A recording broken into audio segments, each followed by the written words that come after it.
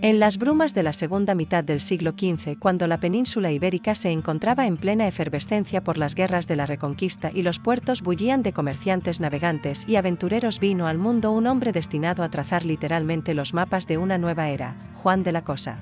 Pese a su relevancia histórica, los documentos sobre sus primeros años son escasos y a menudo contradictorios.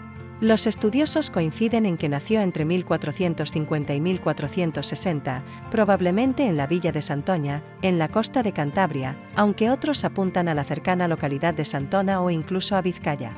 Fuera cual fuera el lugar exacto, lo cierto es que creció rodeado de marineros curtidos por las tempestades del Cantábrico, en una tierra donde el mar no era solo un medio de vida, sino un destino inevitable. Su infancia transcurrió en un entorno de puertos llenos de barcos mercantes que comerciaban con Flandes, Inglaterra y Bretaña, y en el que el olor a brea, sal y pescado fresco era parte del aire que respiraba. El joven Juan se habituó pronto a escuchar relatos de travesías peligrosas, naufragios y enfrentamientos con corsarios. Aprendió desde muy pequeño a leer las mareas, a reconocer las corrientes y a manejarse en pequeñas embarcaciones costeras. Si bien la formación académica formal de muchos marineros de su época era limitada, Juan de la Cosa adquirió conocimientos técnicos fundamentales, navegación por cabotaje, uso de la brújula, lectura de cartas rudimentarias y sobre todo una aguda capacidad de observación. Estas habilidades serían esenciales para su futuro como cartógrafo. En la década de 1470, cuando Castilla vivía un auge comercial, los puertos del norte eran un hervidero de oportunidades. Los marinos cántabros y vascos eran reconocidos en toda Europa por su pericia. Y es probable que Juan comenzara entonces a realizar sus primeras travesías en barcos de pesca de altura y en naos mercantes que se dirigían a puertos lejanos. La dureza del Atlántico Norte templó su carácter, soportó temporales, aprendió a maniobrar en condiciones extremas y a calcular rutas improvisadas cuando la tormenta borraba las referencias conocidas. Hacia finales de esa década, su reputación como marino experimentado empezó a crecer. Aunque todavía no hay constancia documental precisa de sus primeros empleos, las crónicas posteriores lo sitúan como un piloto de confianza en rutas comerciales importantes, y quizás, ya por entonces, como hombre vinculado a actividades de exploración. El último cuarto del siglo XV fue un periodo crucial para el mundo. Los portugueses habían doblado el Cabo de Buena Esperanza y Castilla, aún ocupada en la campaña final contra el reino nazarí de Granada, empezaba a escuchar las propuestas de aventureros como Cristóbal Colón, que hablaban de llegar a las Indias navegando hacia Occidente. En este contexto, hombres como Juan de la Cosa, expertos en el arte de guiar naves por mares desconocidos, empezaron a ser más necesarios que nunca. Pero todavía faltaba un acontecimiento que lo catapultara a la historia, su primer contacto con Colón y el inicio de una serie de viajes que cambiarían para siempre su vida y el mapa del mundo. Ese momento llegaría en la década de 1490, y con él, Juan de la Cosa dejaría de ser solo un piloto cantábrico para convertirse en protagonista de una de las mayores epopeyas marítimas de la humanidad. Corría el año 1492, y el mundo estaba a punto de experimentar un cambio que ningún marinero, por veterano que fuera, podría haber imaginado. Los reyes católicos habían aceptado la propuesta de Cristóbal Colón, navegar hacia Occidente para llegar a las Indias. En el puerto de Palos de la Frontera, se preparaban 3 naves para la empresa, la Santa María, la Pinta y la Niña. En ese preciso momento, el nombre de Juan de la Cosa entró en la historia. Era propietario y maestre de la Santa María, la nao capitana de la expedición, un sólido barco de carga de unas 100 toneladas, de estructura robusta y aparejo redondo, ideal para largos viajes oceánicos. Su experiencia como piloto y su conocimiento de la navegación lo convirtieron en pieza clave para el éxito del proyecto. El 3 de agosto de 1492, las 3 naves zarparon desde Palos.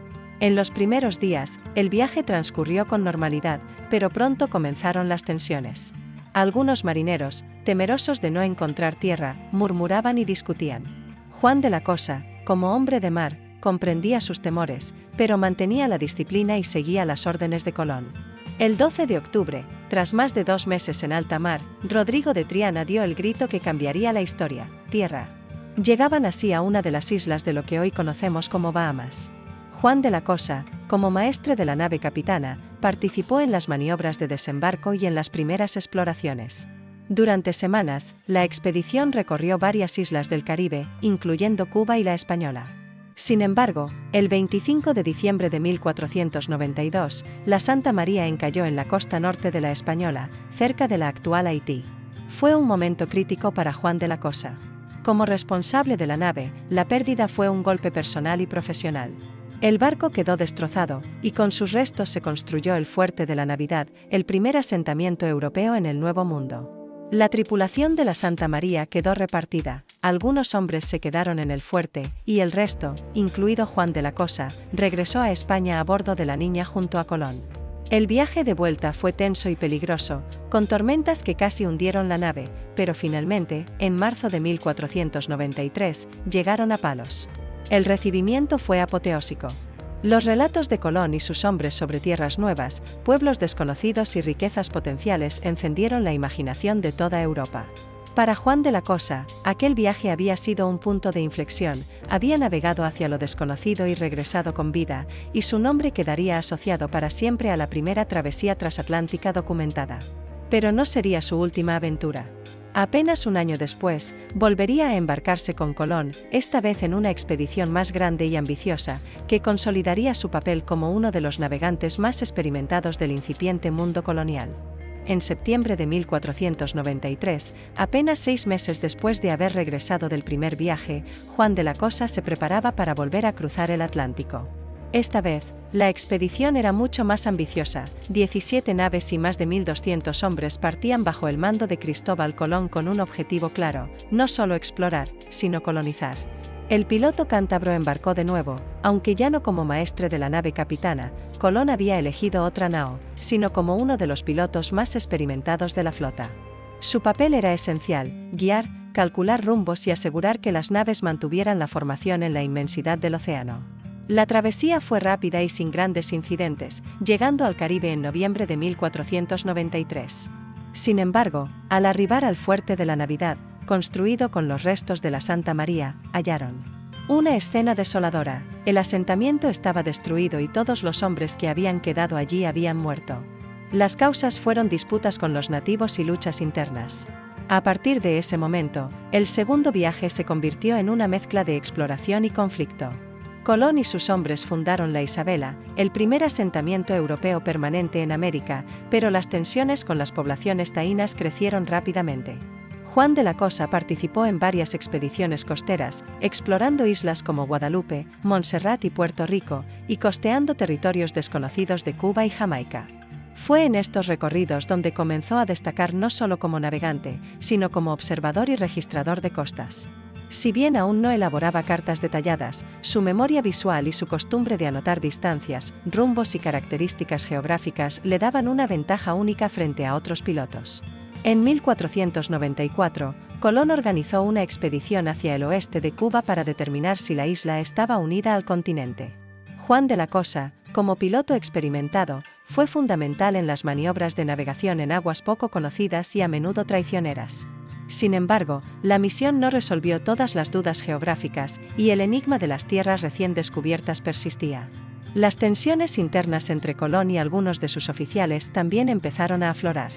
Juan de la Cosa, aunque fiel a su labor, era un hombre práctico, más interesado en la seguridad de las naves y en los datos de navegación que en las disputas políticas. No obstante, no pudo evitar verse arrastrado por el creciente clima de rivalidad que, con el tiempo, dividiría a muchos marineros de la expedición. A finales de 1496, con el asentamiento en la Isabela en crisis y la moral de los colonos por los suelos, Colón decidió regresar a España para presentar sus informes y defender su gestión. Juan de la Cosa volvió con él, cargando no solo experiencias de navegación inéditas, sino también un conocimiento cada vez más profundo de las rutas y peligros del Caribe. Ese regreso marcaría un nuevo capítulo, su participación con otros exploradores en viajes independientes a las Indias y, sobre todo, la creación de un documento que lo inmortalizaría para siempre, el primer mapa conocido que muestra el continente americano. Tras su regreso a España en 1496, Juan de la Cosa ya no era simplemente un piloto experimentado, era un veterano de 2 travesías transatlánticas, con un conocimiento de las Antillas y sus aguas que pocos podían igualar. La corona castellana, interesada en ampliar su control sobre las nuevas tierras, no tardó en fijarse en él para nuevas misiones. En 1499, se unió a una expedición comandada por Alonso de Ojeda, que contaba con la presencia del navegante florentino Américo Vespucio. La misión, autorizada por los Reyes Católicos pero independiente de Colón, tenía como objetivo explorar la costa norte de Sudamérica. Fue un viaje decisivo para Juan de la Cosa, no solo amplió sus horizontes geográficos, sino que recopiló una enorme cantidad de información que luego plasmaría en su obra maestra. La flota zarpó de España en mayo de 1499 y tras cruzar el Atlántico, exploró las costas de lo que hoy son Guayana, Venezuela y Colombia. Navegaron por el Golfo de Paria, descubriendo el delta del Orinoco, cuyas aguas dulces sorprendieron a los marineros. Continuaron hacia el oeste, costeando la península de Paraguaná, el Golfo de Venezuela y el lago de Maracaibo. Fue durante este viaje que Juan de la Cosa escuchó las leyendas indígenas sobre riquezas en el interior y observó, fascinado, las canoas y palafitos sobre el agua que inspirarían el nombre de Venezuela. También se adentraron en el Golfo de Urabá y las costas de lo que hoy es Colombia, lugares donde más tarde Juan tendría un trágico destino. Al regresar a España en 1500, Juan de la Cosa decidió volcar todo su conocimiento en un único documento, un mapa mundial que integraba la geografía de Europa, África, Asia y por primera vez, el continente americano. Terminado en 1500, este mapa, hoy conservado en el Museo Naval de Madrid, es considerado la primera representación conocida que muestra las costas de América, incluyendo partes del Caribe y Sudamérica. En su carta náutica, Juan de la Cosa mezcló precisión y simbolismo. Dibujó con sorprendente exactitud la forma de las Antillas y representó la costa norte de Sudamérica con detalles que aún hoy asombran a los historiadores. En la parte izquierda del mapa, representó a San Cristóbal llevando al Niño Jesús, símbolo de protección para los marinos. El reconocimiento que obtuvo por su mapa fue enorme. No solo lo consultaron navegantes y cartógrafos, sino que la propia corona lo consideró un documento estratégico para sus futuras empresas. A partir de ese momento, Juan de la Cosa se convirtió en algo más que un piloto, era ya un cartógrafo de referencia para la expansión española en América. Pero su carrera estaba lejos de terminar. Pronto volvería al Caribe, en nuevas expediciones junto a Ojeda, enfrentándose no solo a los riesgos del mar, sino a los conflictos con los pueblos indígenas y a la rivalidad entre exploradores. A comienzos del siglo XVI, Juan de la Cosa ya era una figura reconocida en todos los puertos importantes de Castilla. Su experiencia lo convertía en un hombre de confianza para misiones de alto riesgo, y su conocimiento de las rutas hacia el Nuevo Mundo era insustituible. En 1501, regresó al Caribe como piloto mayor de una nueva expedición junto a Rodrigo de Bastidas. El objetivo era explorar más a fondo la costa norte de Sudamérica y continuar hacia Occidente. Durante este viaje, recorrieron las costas de lo que hoy son Colombia y Panamá, llegando hasta el Golfo de Urabá. Fueron los primeros europeos en describir parte de la costa caribeña de Centroamérica. Sin embargo, el viaje estuvo lleno de contratiempos. Las provisiones comenzaron a escasear y las naves sufrieron daños graves por el desgaste. A pesar de ello, Juan de la Cosa logró trazar apuntes y notas que más tarde servirían para mejorar su mapa y las cartas de navegación de la corona. De vuelta en España, su reputación siguió creciendo. Tanto así que fue nombrado alguacil mayor de Urabá, un cargo que lo convertía en representante de la autoridad castellana en aquella región estratégica. No era solo un navegante, ahora también debía ejercer funciones de orden y control en tierras todavía por colonizar. En 1504, volvió a embarcarse con Alonso de Ojeda en otra expedición hacia las costas de lo que hoy es Venezuela y Colombia. El objetivo era fundar un asentamiento estable y asegurar el control castellano frente a la presencia de corsarios y rivales portugueses. Las relaciones con los pueblos indígenas fueron tensas desde el principio. Las expediciones de Ojeda tenían fama de ser duras y agresivas, y aunque Juan de la Cosa era más diplomático por naturaleza, las circunstancias lo obligaron a participar en varias acciones armadas. En 1506, realizó viajes menores, pero siempre relacionados con el fortalecimiento de las rutas marítimas y la recopilación de información náutica. A esas alturas, se había convertido en piloto mayor de la Casa de Contratación de Sevilla, el organismo encargado de supervisar y regular todo lo relativo a la navegación y comercio con las Indias. Este cargo le daba gran prestigio, pero también lo mantenía ligado a la política de expansión castellana en el Caribe. Sin embargo, su destino estaba unido de manera irreversible a la costa de lo que hoy es Colombia. En 1509, acompañó nuevamente a Alonso de Ojeda en una expedición hacia el Golfo de Urabá, con la intención de establecer un enclave español definitivo en la zona.